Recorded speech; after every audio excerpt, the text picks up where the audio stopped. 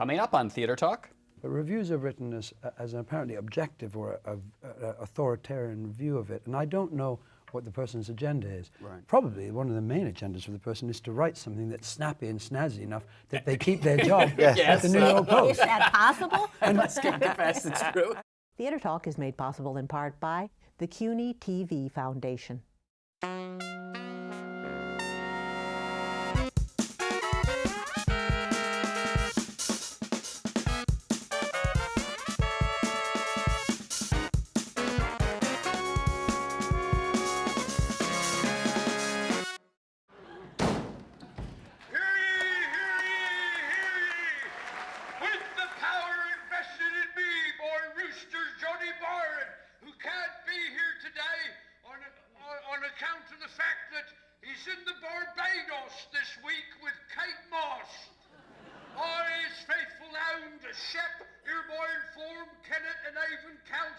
And all them sorry cunts on the new estate, Rooster Johnny Byron ain't going nowhere. So a happy St. George's Day. Now kiss my beggar ass, you Puritans!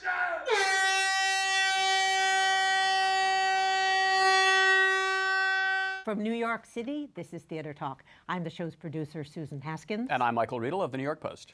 So, Michael, the play Jerusalem has just opened to fabulous notices, which are certainly richly deserved. Yes, the word masterpiece gets thrown around a lot, but I think in the case of Jerusalem, it is appropriate. The play began in London, where I saw it last year. Terrific reviews there. It has now come to New York, where it has just opened to another packet of rave reviews. It's a fascinating play about, shall we say, an eccentric individualist who goes his own way no matter what happens in society. It was written by Jez Butterworth, who joins us here tonight on Theatre Talk. Jez, welcome to our show, and congratulations on the success of Jerusalem. And giving a colossally brilliant performance, as he always does in everything I've seen him in, is the great British actor Mark Rylance, who's coming to Theatre Talk for the first time. Congratulations on your success as well, and welcome. Thank you very much. Before we start talking about the play, Mark, I have to ask you, I've seen 4 or 5 of your performances. I've read a whole bunch of reviews. I have never read a bad review for Mark Rylance. Are you an actor who just gets great reviews all the time?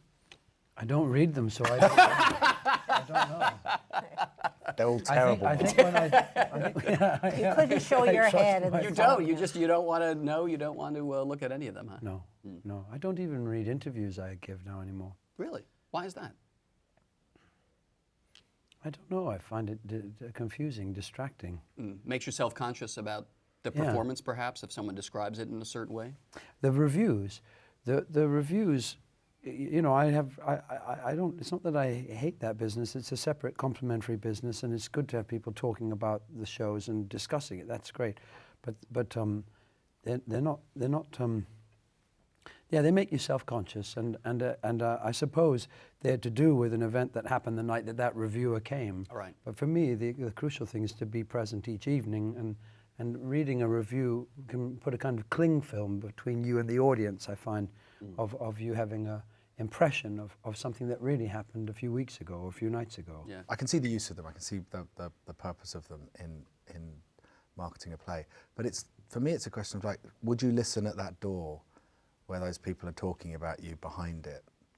That's what it feels like, because you will learn something perhaps, but perhaps you'll learn something you don't want to know, and maybe it will alter your behaviour in a way that won't feel natural. You know, I mean, I like to talk to people. If I met a reviewer and they wanted to talk to, or she wanted to talk about the play, that's great. You would and have I'll talk to anyone about it, because then I can see in their eyes what type of person they are, whether they have, and whether what personally they're taking as their personal connection to the play. But reviews are written as an apparently objective or a authoritarian view of it, and I don't know what the person's agenda is. Right. Probably one of the main agendas for the person is to write something that's snappy and snazzy enough that they keep their job at the New York Post. Is that possible? I must confess it's true. And great that they should. Great that there should be great writing out there that's matching and stirring debate about things. Yes. Yeah. Yeah. But it's a separate job to my job. I had a moment this morning because I was coming out of the shower and I hadn't read any of the reviews, and Jilly, my wife, was just on the internet and she cracked up laughing, and she read me one line which said, it was the final line of something, and it said, "Anybody who says they enjoyed Jerusalem is lying." I just thought, fantastic. I didn't come across that review. Good for you. Check it out. And what a fabulous wife you have to read you that line in the morning, Yeah, too. Great. All right, well, let's talk about this terrific play, which I did enjoy, and I am not lying, Jerusalem. Jess, for people who have not seen the play, can you just give us a brief summary of what it's about and what the inspiration for it was? What was the trigger in your mind to write this character, this play? Sure. The play takes place outside a village in Wiltshire, which is about 70 miles to the west of London. And it takes place in a wood, which is being illegally occupied by a character Mark plays, Johnny Byron. He's been there for nearly 30 years, I think, and he's managed to repel all attempts to jettison him. And the action begins on the morning of a country fair that's taking place in the village, and also on the morning where he is going to be finally evicted by local authorities. All warnings of which he's ignored up until now. What's the trigger for this play? What was on your mind when you started writing it? I don't really know. I think that when you begin, when you get a sense that you're starting a play, or when I'm starting a play, I get a lot of chills, a lot of sort of goosebumps around certain ideas that I'll start to include, and I'll include the ones that give you goosebumps, and I'll leave out the ones that don't, and you suddenly end up with a form or a place where you wish to play, and so much of that was provoked certainly in its present form from meeting Mark and Ian and Mark and I talking, and finding that we were all really, really excited about the same kind of ideas. Oh, you hadn't written it yet? So did you tailor it for Mark? I had written a version of a play, Yeah. let's say. I would contest that it was a play, but Mark saw something in it, and Ian saw something in it that I couldn't see, namely, I think an essence in the character. I mean, I'll be speaking for you now, but like there was something there that I think you wanted to delve into and to bring out. What was that, Mark, when you read this first early draft of the play? Just the relationship of teenagers to adults who are on the outside of the community, of society, who are doing something that's on the edge, and therefore they're creating a space where the parents or the society, the trees that are dominating the little tree's life isn't growing. So that need to go out and have some kind of mortal risk, some kind of Jimmy Dean racing to the cliff experience, which particularly young men, I think, need, and unfortunately sometimes go off to war to get. But in a lot of rural, and if you go even further back to indigenous societies, there are specific rituals of initiation for young people to help them to become aware of what their particular diamond in their character is. And if I take a positive look at Byron, I think that's he's like an initiator. He loves that moment when a young person flowers or becomes themselves for a bit. But to take a less than positive look, he's also the town drug dealer. He is, Yes, and drugs and- have been a and part that's of the part, initiation. yes. I mean, that's one reason the time. kids flock to him. I mean, we should say for people who haven't seen the play that he lives there in the woods, and these kids from the town keep coming to him because it's fun to hang out with him. And you can be sure some of the kids who are not allowed to go hang out with him are sitting on Prozac back in the And There are other drug dealers in town as well. Can you also make the case, though, while he's a hero, an anti-hero, perhaps these kids, he also is a kid himself. I mean, he's somebody who has chosen, in a way, not to grow up and never to become part of an adult society.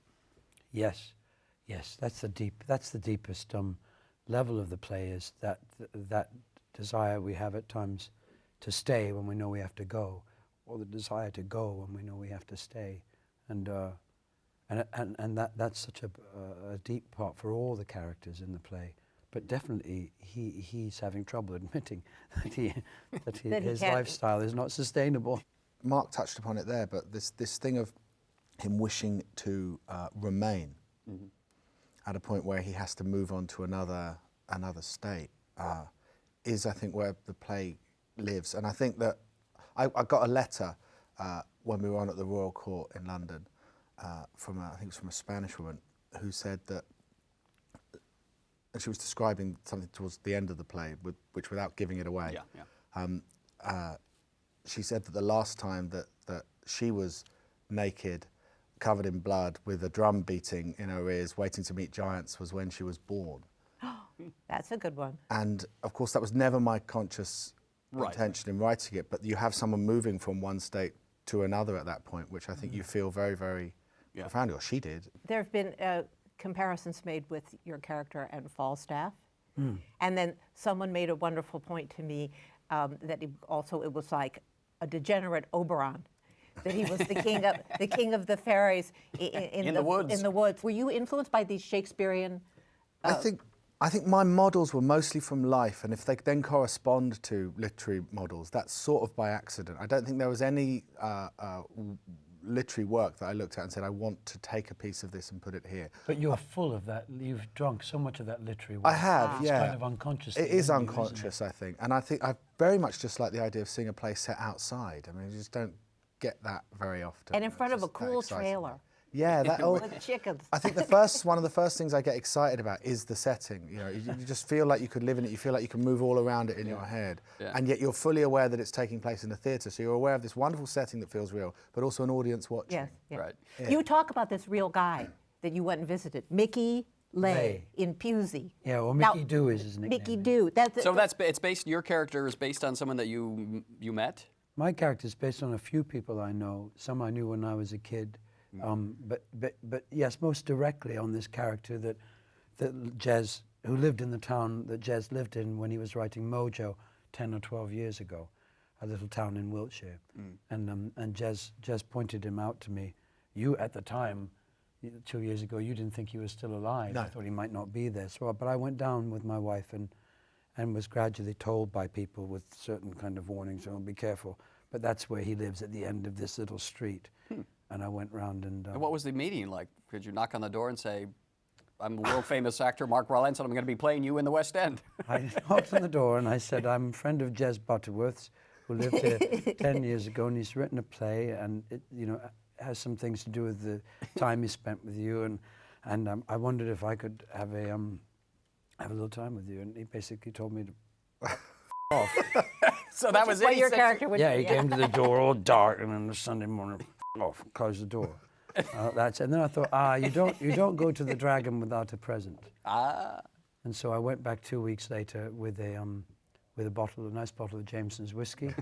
Clever and he man. said, oh, please come in. I was stoned. He said, I didn't know what I was doing. Come in. And there was a 17-year-old girl there called Freya, the goddess of eternal youth, sitting having her 17th birthday in his wonderful little house with the candles lit and a couple other teenage boys all smoking joints and sitting around with him. And he sat and had me there for 3 hours, told me all about all kinds of things.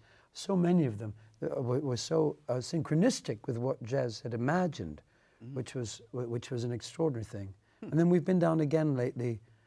Just before this revival, we took the American actors who joined us for this revival down. To meet this guy. Yeah, meet all the people in Pusey, and they all came out. We're like their local football team. Has this guy, what's his name? Mickey Lay. Has he seen the play? Yes, he has seen it. What was his reaction to see the character modeled on? I wasn't there that night. I mean, He was too frightened.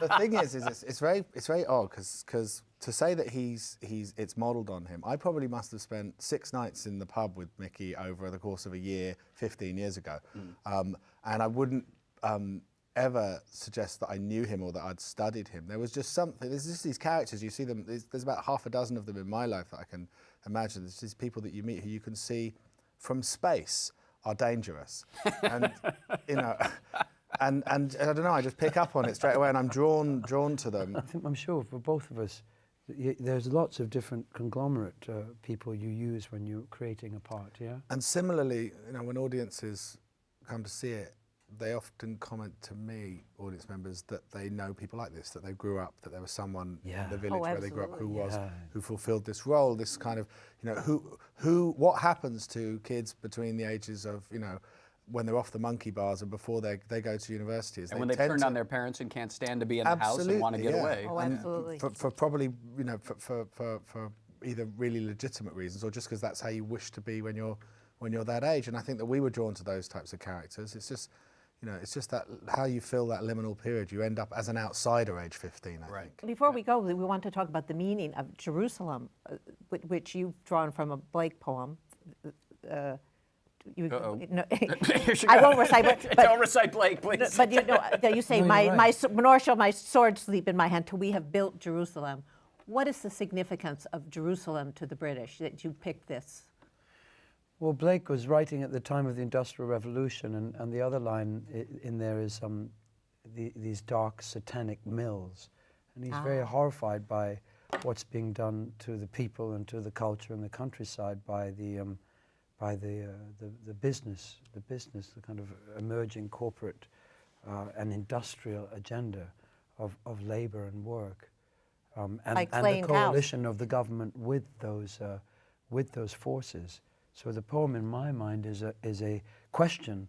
The song is now a song, but a question about what's the real purpose of this land. What does the land call and offer to any living being that lives on this little island of England? Did it draw, this great master teacher, Jesus Christ, to walk here on this land at one time? Was this a Jerusalem?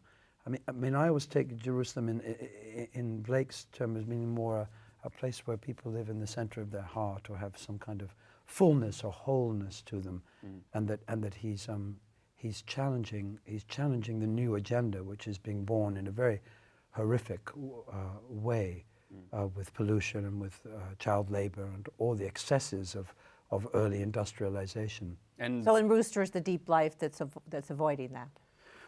Well, Rooster's pretty damaged, as we've talked about. Yes, yes. I'm not sure that Rooster himself incarnated. It's very, but the question of what's being done to the English countryside at the moment is very, very predominant in society over there. The culture is being very, very, very firmly destroyed. The culture of And common it's happening culture. here too. well, I just want It's happened here, I think, already. in a lot of I just places. wanted to say, Jez, that I remember listening to the BBC only a couple of weeks ago, and there was this big issue about selling off forests in That's England. right. Yeah. And there was a big revolt against that. That's and that right. touches on this play. I mean, who does this forest really belong to? Very much Exactly, so, yeah. very much so. Just to speak to the idea of the title of the play, I think I was drawn to the amount of questions in that poem. It's sort of, and did those feet in ancient. The whole thing is like asking questions and questions and questions. And I think that I would like an audience that comes to this to not feel that there is any kind of like allegorical puzzle that they have to solve, or information that they need about Britishness or Englishness that they need to bring to this. Because actually, I didn't put it together like that. I didn't study to do this play, and it's not as if it's like a crossword puzzle that you need to solve. It's just full of, as I said, moments that I found physically chilling and exciting, that I put together in such a form whereby they kept getting stronger and stronger and stronger. Now, if that corresponds to some kind of underlying myth, that's completely by chance. Or literary references That's that you knew that came. It's completely by chance. It's not like he's a wonderful, but it's not like Tom Stoppard, who is deliberately, referencing poems and art and all Right. this. It's not doing that at any point, I don't think. Right. And so, it is just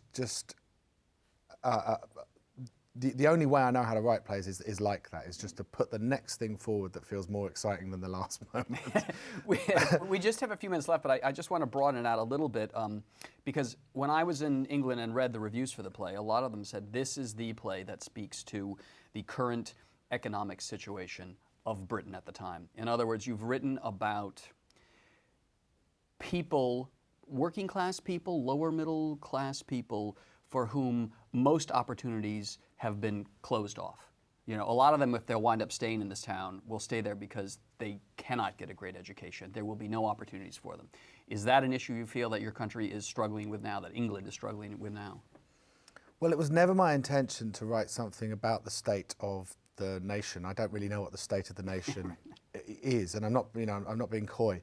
I think that if you're going to choose a setting which is which is eccentric, which is on the fringes of an established society, you're going to naturally be drawn to the characters that would end up there in real life, and so that those issues are going to be drawn into it. I don't have any axe to grind or beef about England in that kind of a way that I would bring to the stage. My own feelings about it, I don't want to write political things. If I'm drawn to a political subject, I did a screenplay for Fair Game, the Sean Penn, Naomi Watts movie, I wasn't drawn to that for political reasons either. I was drawn to it because I couldn't take my eyes off the characterizations and the people who I met.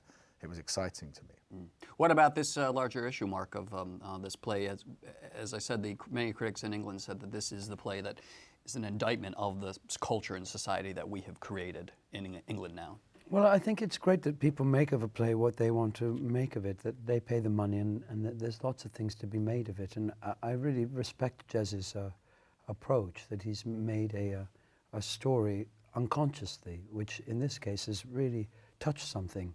It's funny that the word economic comes up in your description of that they would try and describe it in economic terms.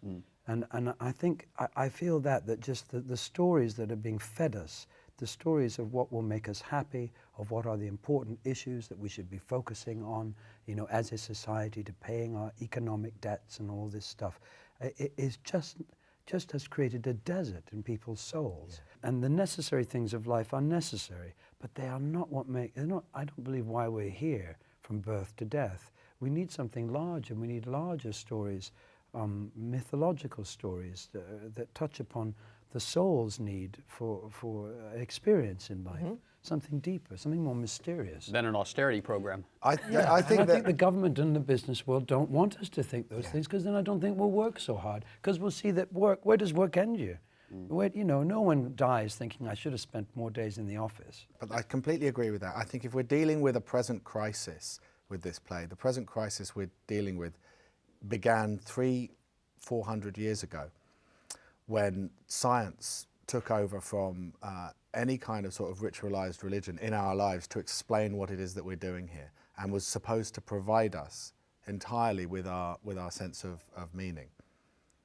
And in fact took away our sense of mystery. I think so, belief. because, you know, I think that you know, if you just have the idea of logos dominating the space that's been put in our beings for the soul, for the spirit, for something that you know, we're going to need to answer questions that can't be answered by how much something weighs, or, you know, why empirically it's there. And we're not talking about organized religion versus science. We're talking about more the psyche and just the need for the need to encounter the major things that happen in your life, of births and deaths and loves and griefs and joys, and these things, I think, the young people are always very healthily searching for before they get swallowed up. But the pressure on them now to be swallowed up quickly and become what's the word, useful, or practically a part. Productive members of the society. Yeah. Well, or affluent. But just because we have to wrap it up, but just to bring it back, I guess you could say that Rooster, this character in the play, is such an individualist, a rabid individualist, because he is in touch with those ancient, those darker, those more mysterious forces. And if you lose touch with that, that's when you can lose your individuality. I think those old stories are hard to conform. They're hard to make conform. I think if you keep in contact with the history and the older mythological stories, they're not productive, they're not functional, they're not going to get you a job, you know, at Walgreens, but they keep the road curvy and spirally, rather than all this thing to make the road as straight as possible from A to B. That's exactly That's a quick journey, but it's a terribly boring journey, and you will be very sad when you die. To encapsulate that, you know, before we learned how to farm, we were hunters, and there were those that knew how to hunt, who could tell you, you know, where to wait for the buffalo, and there were those who, after you've killed the buffalo, and one or two of you possibly died in killing the buffalo, and you all sat round covered in its blood, having eaten it, what happens next? And you need someone to explain what has gone on. So you start to tell stories about it. In this play, you also see mythological forces giants and mystical things. You see Mark Rylance consume frightening substances that you can't believe he's doing. You see this amazing, crazy rave party, and you see live chickens. It's We'll be not playing to in be the missed. Barnum and Bailey three-ring circus.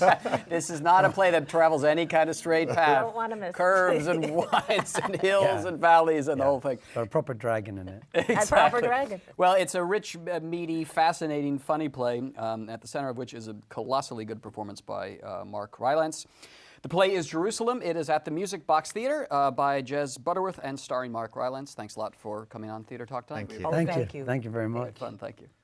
First of all, babies don't have teeth.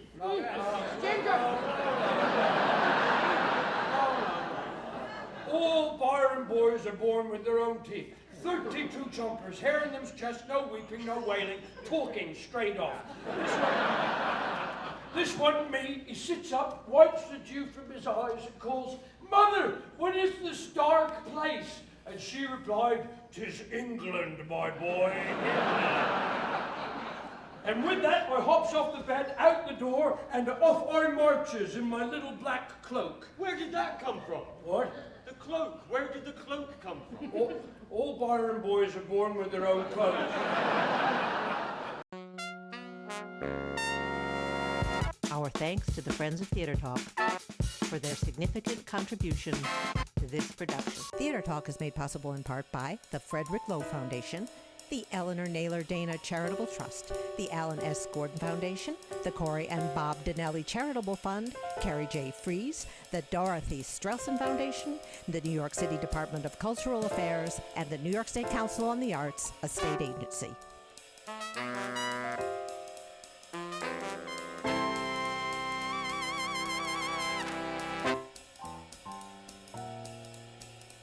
We welcome your questions or comments for Theater Talk. Thank you and good night.